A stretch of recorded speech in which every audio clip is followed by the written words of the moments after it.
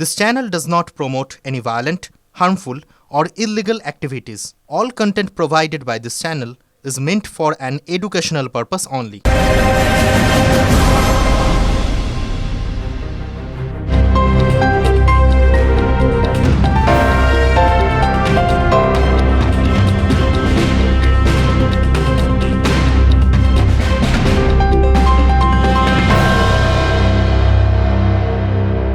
এই মুহূর্তে যদি বাংলার রাজনীতির কথা বলতে হয় তাহলে একজন ধূমকেতু এসে গেছেন এবং গোটা বাংলার রাজনীতির হিসেবটা আমার ধারণা পুরো ওলটপালট করে যিনি রেখে দিয়েছেন তিনি আজকে এই মুহূর্তে আমার সামনে বসে আছেন শ্রী হুমায়ুন কবির। আপনাকে স্বাগত টিভি9 বাংলা।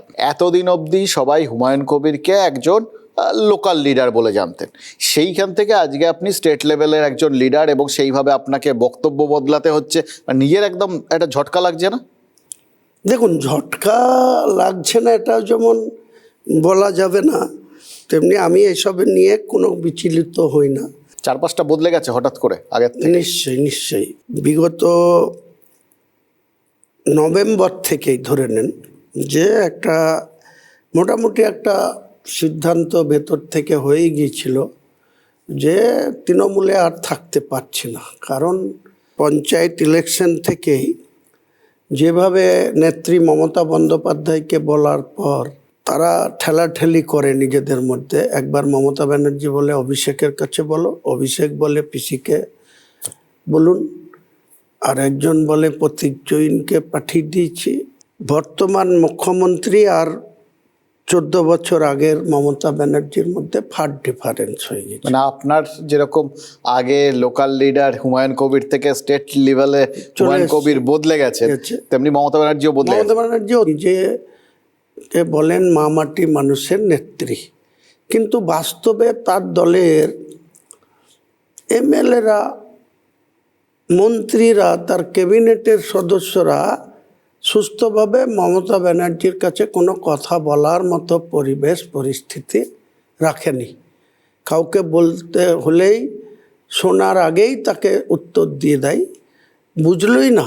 মমতা বন্দ্যোপাধ্যায়ের বিরুদ্ধে যেরকম একটা সময় মুসলিম তোষণের অভিযোগটা বারবার বিজেপি তুলেছে, সেই রকম আপনার ক্ষেত্রেও কিন্তু অভিযোগ, একাধিক অভিযোগ। তার মধ্যে একটা সব থেকে বড় হচ্ছে যে আপনার এটাই হচ্ছে পুঁজি, ধর্মান্ধতা। আপনি মানেন?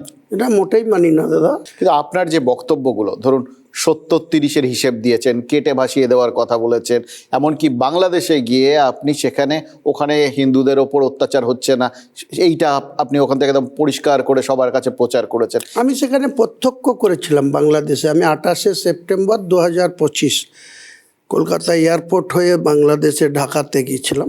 অনেক জায়গায় ঘুরেছি 12 দিনে। আমার একটা জিনিস অবাক হয়েছি যে কোনো শৃঙ্খলা নেই, কোনো ট্রাফিক সিস্টেম নেই। ঢাকা থেকে কেরানীগঞ্জ 14 কিলোমিটার রাস্তা আমাকে গাড়িতে বসে থাকতে হয়েছে, তাও হাইফাই গাড়ি, কোনো কিছু মনে হয়নি, কিন্তু তবুও বিরক্তি এসছে 2 ঘন্টা। মানে কোনো এত অব্যবস্থা, মানে ওখানে কোনো কিছু নেই এবং সংখ্যালঘুদের উপর অত্যাচারও নেই। না, সেই একদম নেই, এটা বলা মিথ্যা হবে। একদম গ্রাম এর থেকে গ্রামের একটা দীপু দাসের ঘটনাই তো মানে চারপাশের ওখানকার সম্পর্কে ধারণা বদলে দীপু দাসের ঘটনাটা অত্যন্ত ন্যাক্কারজনক এবং নিন্দনীয়। কিন্তু ওখানে উচ্ছৃঙ্খলদের যে কন্ট্রোল করা উচিত, যে শাসন ক্ষমতায় যারা থাকবে, সেই জায়গাটা এরা প্রচণ্ড লুজ বা ঢিলা। কেন আমি নিজে দেখেছি, বললাম, এটা ট্রাফিক কন্ট্রোল করতে পারে না যে দেশের প্রশাসন। কলেজে যায়, কেউ চাকু নিয়ে যায়, কেউ কাঁচি নিয়ে যায়, কেউ অন্য ছুরি নিয়ে যায় কলেজে পড়াশোনা করতে। কথায় কথায় তাদের চাকু বের করায়, খুব চালিয়ে দেয়। এটা কোন দেশ? ওই দেশের এই যে ধরুন যা হলো, সে হিন্দুদের ওপর অত্যাচার বলুন বা শেখ হাসিনাকে ওখান থেকে বিতরণ করা বলুন বা এখন ভোট বলুন, এর প্রভাব কতটা আমাদের এখানকার ভোটে এবার পড়বে বলে মনে হয়? মোটেই পড়া উচিত না।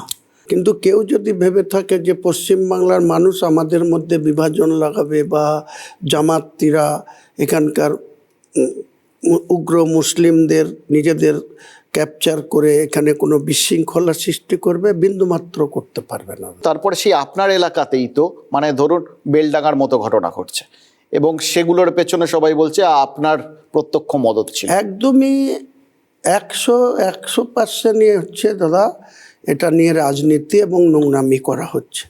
আমি আমার লাইফে কোনো দিন হিন্দু বিদ্বেষী কোনো কাজ করিনি, বরঞ্চ আমি একজন মুসলিমের ছেলে হয়ে আমার হাতে গড়া চাঁদা দিয়ে টাকা দিয়ে মন্দির করা আছে শক্তিপুর কাছারি পাড়ায়, এখনও সেখানে সুন্দরভাবে সেই মসজিদ পরিচালনা হয়।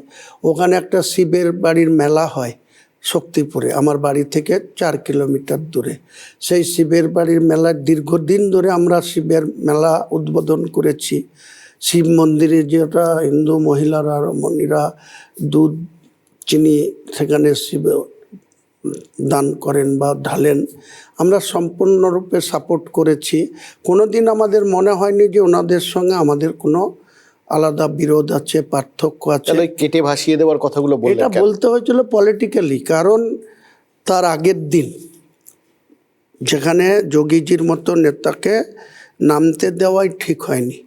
আমি বলবো এখন বর্তমান যিনি এই যে হিডকোর এমডি হয়েছেন রাজশ্রী মিত্র, আমাদের ওখানে টিএম ছিলেন। 17 এপ্রিল 2024 রামনবমীর নামে একটা মিছিল হলো পুলিশ পাহারা দিয়ে। রামনবমীটা এর আগে আমরা দেখতাম বিহারের দিকে বেশি প্রচলন ছিল। বাংলায় যখন রামনবমী এই সরকার আসার পর, মমতা ব্যানার্জি সরকার আসার পর 17 এপ্রিল 2000 জেলার তাবড় প্রশাসনের কর্তা ব্যক্তিদের উপস্থিতিতে একটা শোভাযাত্রা বেরালো। মানে রামনবমীরও শুরু হচ্ছে মমতা বন্দ্যোপাধ্যায়ের হাত ধরে। একদম। আমি তো বাংলায় কোনো দিন এত বছর বয়স হয়েছে রামনবমী কি জিনিস বিহারে শুনতাম।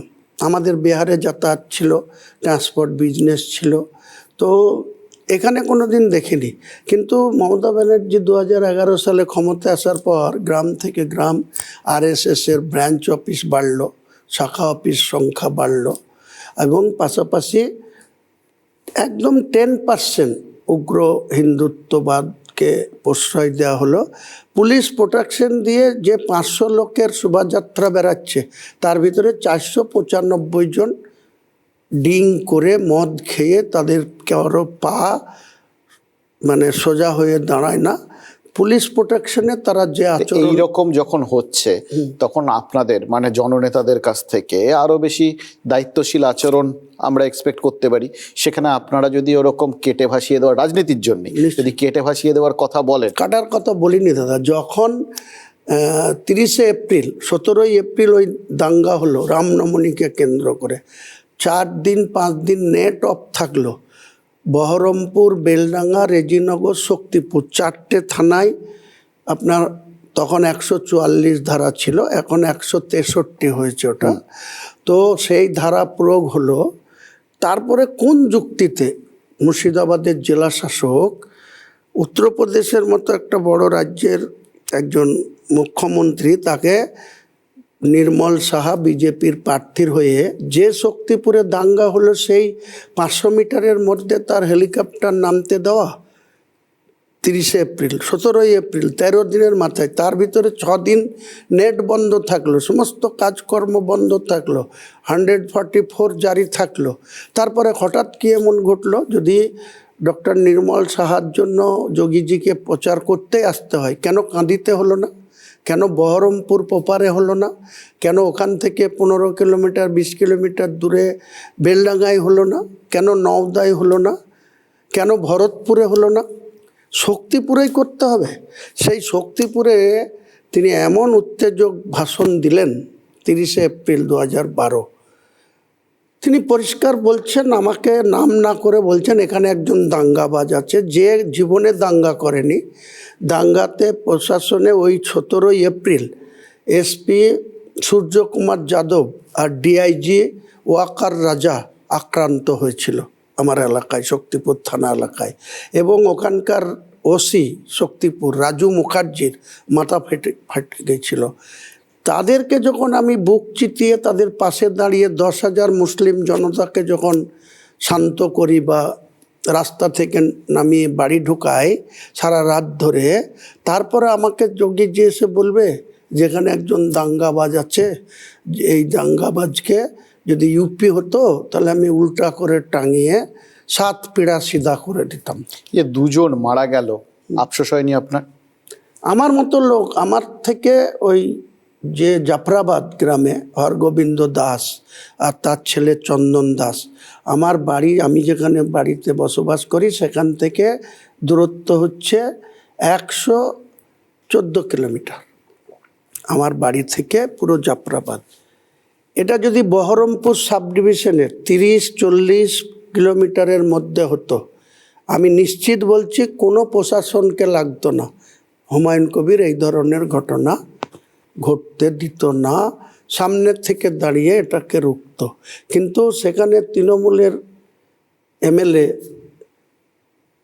আমিরুল ইসলাম, সে কোথায় ছিল, মনিরুল ইসলাম ফারাক্কার এমএলএ, ওইখানেই বাড়ি। শামশেরগঞ্জে জঙ্গিপুরের এমপি খলিলুর রহমান, তার ওইখানেই বাড়ি, ওইখানে থেকে 10 কিলোমিটারের মধ্যে বাড়ি।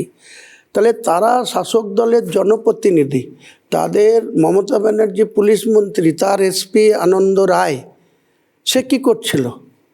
অতক্ষণ ধরে একটা ঘটনা ঘটলো, ইনসিডেন্ট ঘটলো, পুলিশ আধ ঘন্টার মধ্যে স্পটে পৌঁছানোর কথা, 2 ঘন্টাতে সেখানে তারা চিৎকার করছে, তারা বাঁচাও বাঁচাও করছে, ফোন করছে, কারো ফোন রিসিভ হলো না, থানার ওসি রিসিভ করলো না, এসপি ফোন ধরলো না। গোটা বিষয়টা কিভাবে দেখেন?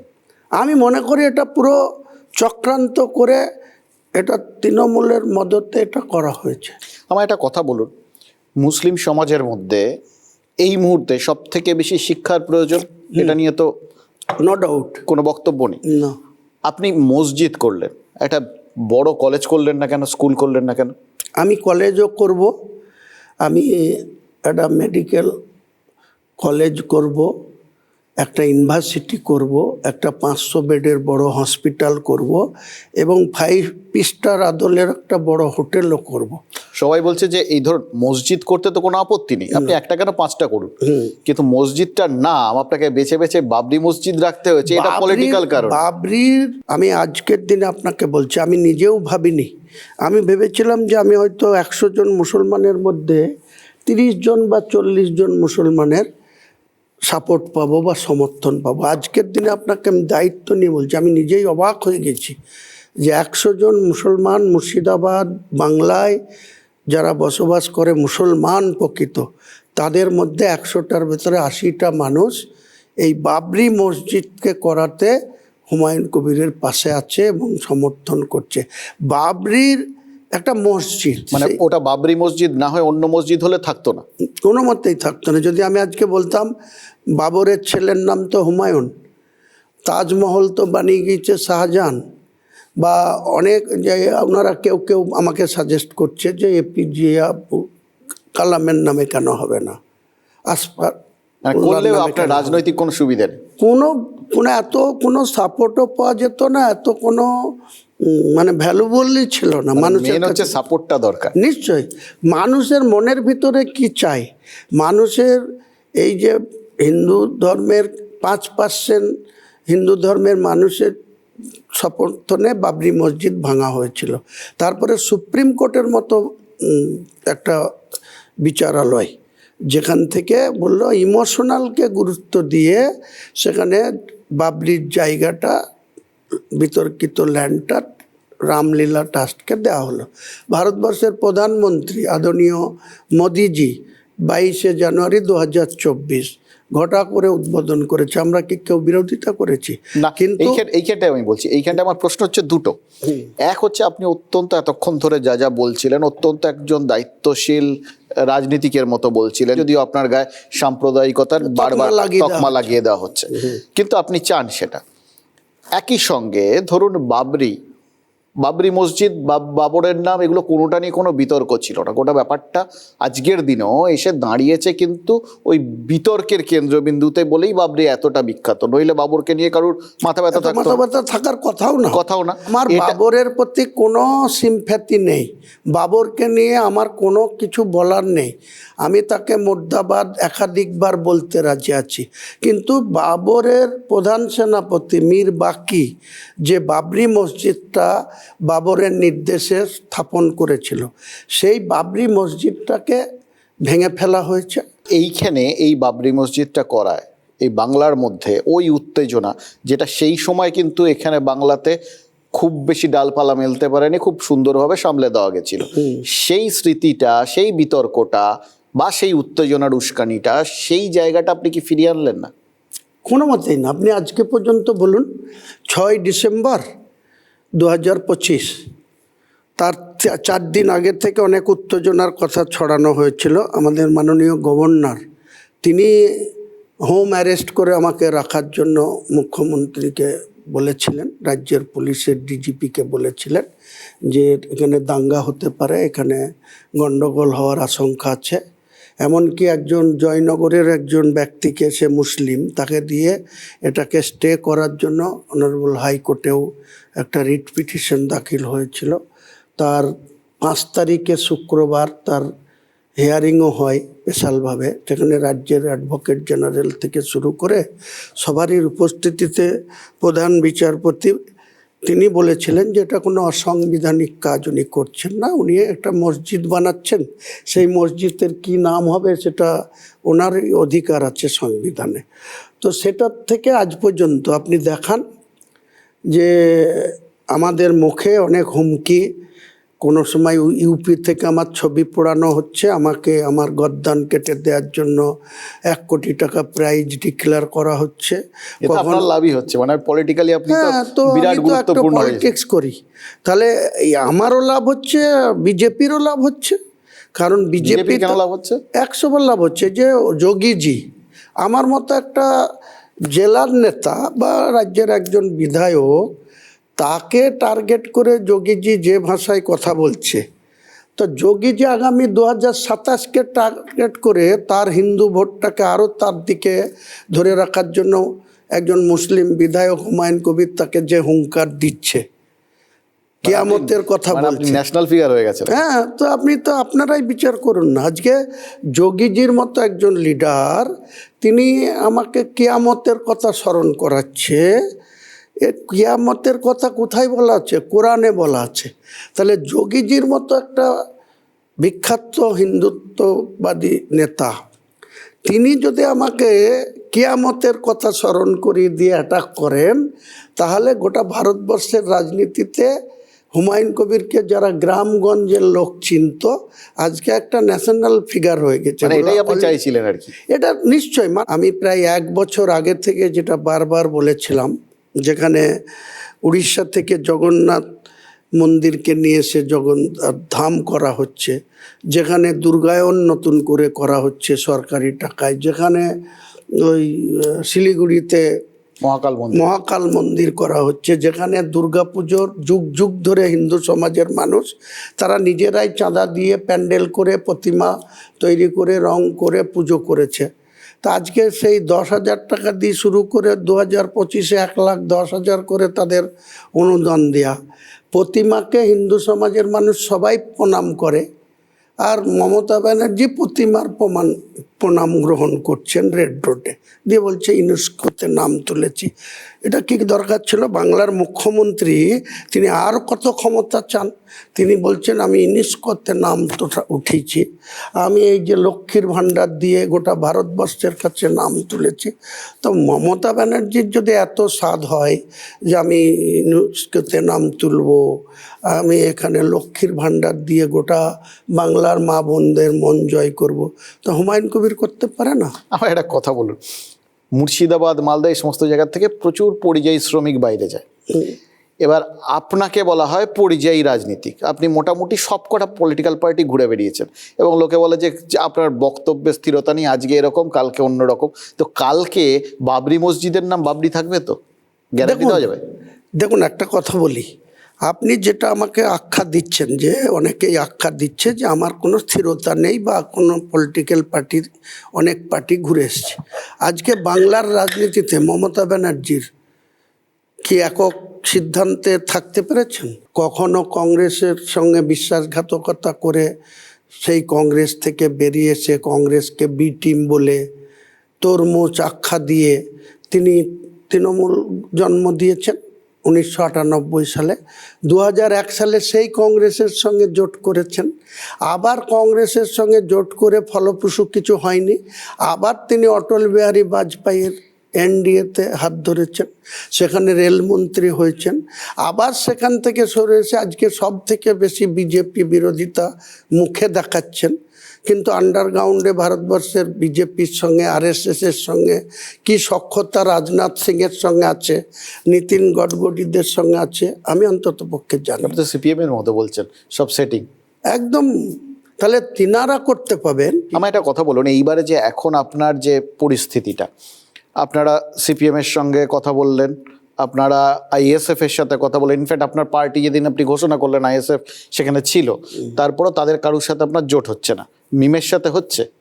মিমের সঙ্গে আমার কথা হয়ে আছে, এমনকি ছোট ছোট কয়েকটি রাজনৈতিক দল, এসডিপিআই, আজাদ সমাজ পার্টি, আরও কয়েকটা ছোট ছোট দল যেটা সদ্য গঠিত হয়েছে, ওই পীরজাদা রুহুল আমিন সাহেব যেটা পাঁশকুড়ার প্রতাপপুরে, ওনাদেরও আবার জেইউপি, জাতীয় উন্নয়ন মানে পার্টি। আপনি ধরুন মসজিদ করছেন, অথচ এই তহা সিদ্দিকি বা পীরজাদারা যারা আছেন ফুরফুরার, এদের কারোর সাথে আপনার পটছে না, আপনি একদম নিজের মতো। আমার ওনাদের সাথে পড়বে না, কারণ ওনারা পীরজাদা, আমি কোনো অসম্মান ওনাদের করতে চাই না।